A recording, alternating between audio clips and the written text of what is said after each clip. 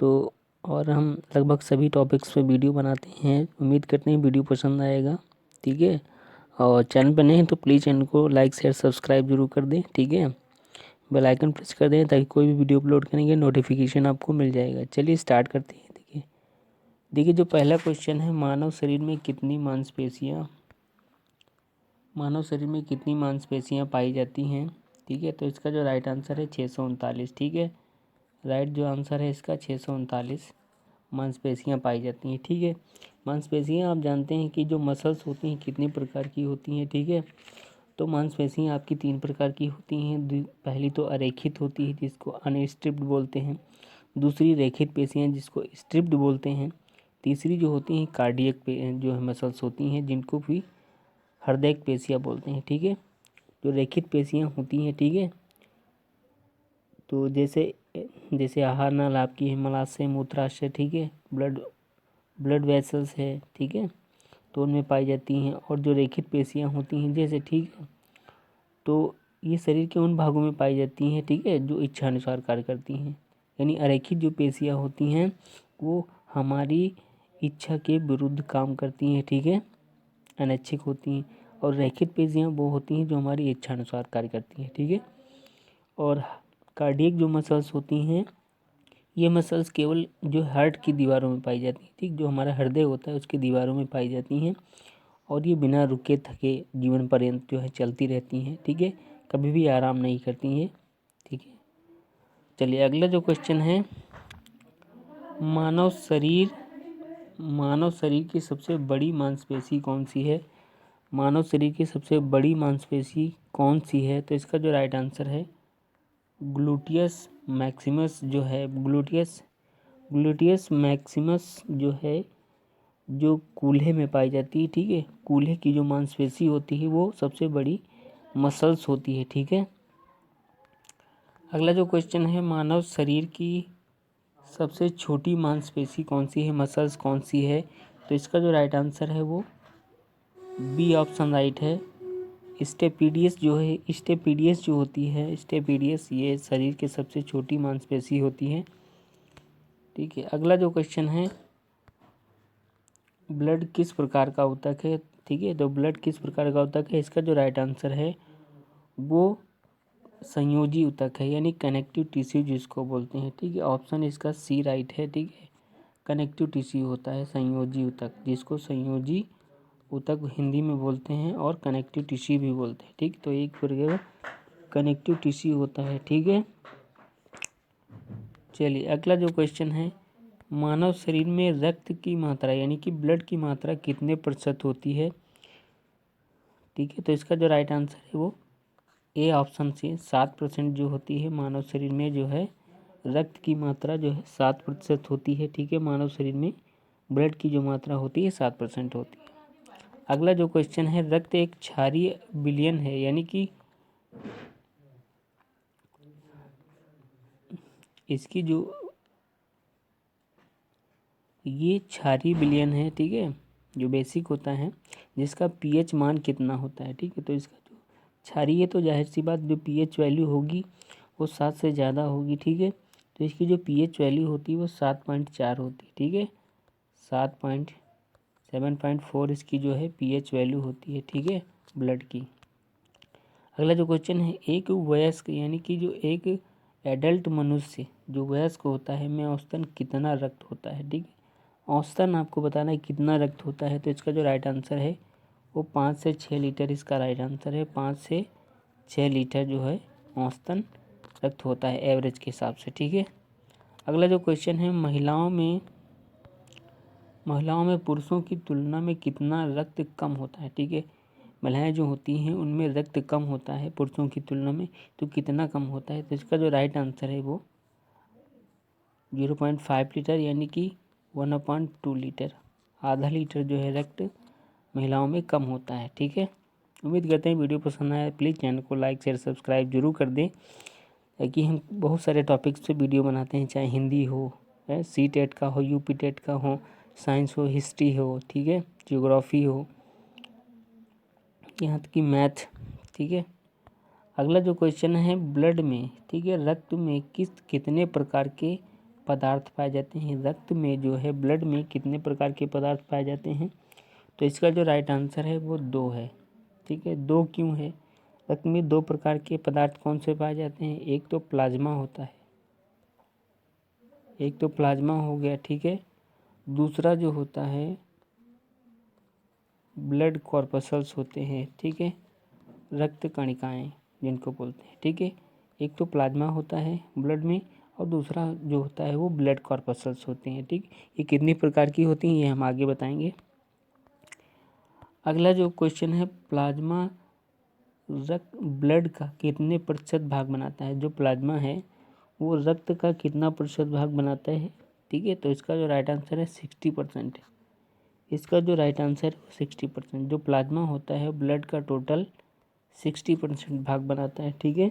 और इसमें 90% वाटर भी होता है, ठीक है। प्लाज्मा में 90% वाटर होता है, ठीक है, और 7% लगभग प्रोटीन होती है, ठीक है। और बाकी इसमें साल्ट होते हैं और ग्लूकोज भी होता है, ठीक है। अगला जो क्वेश्चन है, रुधिराणु यानी कि ब्लड कॉर्पसल्स रक्त का कितना प्रतिशत भाग बनाता है? देखिए, रक्त के मुख्यतः जो है 2 प्रकार के पदार्थ, एक तो प्लाज्मा हो गया, दूसरा ब्लड कॉर्पसल्स हो गए यानी रुधिराणु हो गए, ठीक। तो इसमें जो है, जो प्लाज्मा होता है वो 60% पार्ट बनाता है ब्लड का, और जो ब्लड कॉर्पसल्स होते हैं वो 40%। इसका राइट आंसर है 40%। जो ब्लड कॉर्पसल्स, जो आरबीसी, डब्ल्यूबीसी, ठीक है, प्लेटलेट्स होती हैं, ये ब्लड कॉर्पसल्स होते हैं, ठीक है। ये 40% बनाते हैं, प्लाज्मा 60%। अगला जो क्वेश्चन है, रुधिराणु यानी कि ब्लड कॉर्पसल्स कितने प्रकार के होते हैं? ठीक, तो जाहिर सी बात है, ब्लड कॉर्पसल्स जो होते हैं वो 3 प्रकार के होते हैं। कौन कौन से? आरबीसी यानी कि रेड ब्लड कॉर्पसल्स यानी लाल रुधिर कणिकाएं, डब्ल्यूबीसी यानी वाइट ब्लड कॉर्पसल्स यानी श्वेत रुधिर कणिकाएं जिनको बोलते हैं, और तीसरा जो होता है प्लेटलेट्स, ठीक है, प्लेटलेट्स होते हैं, ठीक है। तो आरबीसी, डब्ल्यूबीसी, प्लेटलेट्स, तो 3 प्रकार के ब्लड कॉर्पसल्स होते हैं, ठीक है। अगला जो क्वेश्चन है, निम्न में से किसे एरिथ्रोसाइट भी कहा जाता है? ठीक है, एरिथ्रोसाइट, देखिए इसमें जो राइट आंसर है आरबीसी, आरबीसी को एरिथ्रोसाइट भी कहा जाता है, ठीक है, एरिथ्रोसाइट भी कहा जाता है, आरबीसी को एरिथ्रोसाइट भी कहा जाता है, ठीक है। क्योंकि ये जो ब्लड कॉर्पस होते हैं कई साइज के होते हैं, इनके साइज के हिसाब से जो है इनको अलग अलग नाम दिया गया है, ठीक। अगला देखिए, आरबीसीएस, आरबीसी यानी रेड ब्लड कॉर्पसल्स, जो लाल रुधिर कणिकाएं होती हैं, इनका जीवन काल, इनका लाइफ पीरियड कितने दिन का होता है? तो इसका जो राइट आंसर है वो 20 से 100, ठीक है, सी ऑप्शन इसका राइट है। 20 से 120 दिन का इनका कार्यकाल होता है, ठीक है। और दूसरी बात, इनका आरबीसी कहाँ बनती है? तो ये बोन मैरो में, ठीक है। आरबीसी जो है बोन मैरो यानी अस्थि मज्जा जिसको बोलते हैं, बोन मैरो में इसका निर्माण होता है, ठीक है। और उनकी मृत्यु कहाँ होती है? ठीक है, तो इसकी जो मृत्यु होती है वो लीवर और स्प्लीन में हो जाती है, ठीक है। यानी आरबीसी पैदा कहाँ होती है? बोन मैरो में, और डेथ कहाँ पर हो जाती है? लीवर और स्प्लीन में, ठीक है। यकृत और जो प्लीहा होता है, ठीक है, यकृत और प्लीहा, ठीक है। डेथ कहाँ हो जाती है? लीवर में और स्प्लीन में, ठीक है, स्प्लीन जिसको प्लीहा बोलते हैं, ठीक है।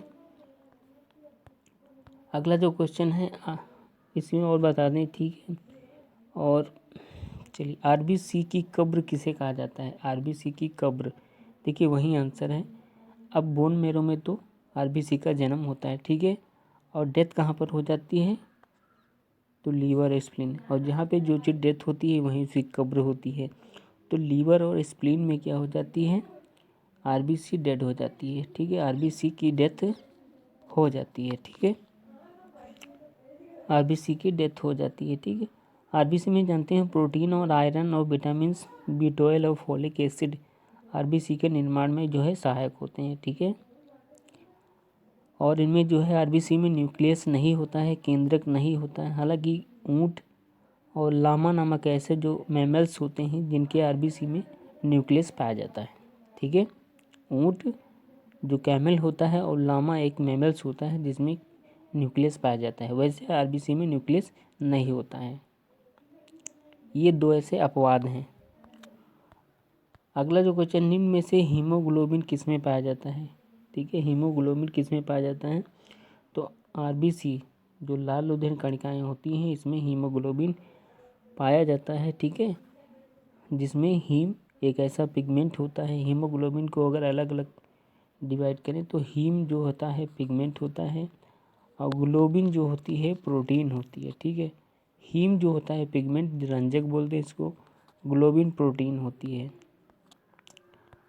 अगला जो क्वेश्चन है, हीमोग्लोबिन में कौन सा लौह यौगिक यानी आयरन, आयरन तो इसमें होता ही है, तो लौह यौगिक इसीलिए जो है आयरन की ज़रूरत होती है जब ब्लड की कमी होती है।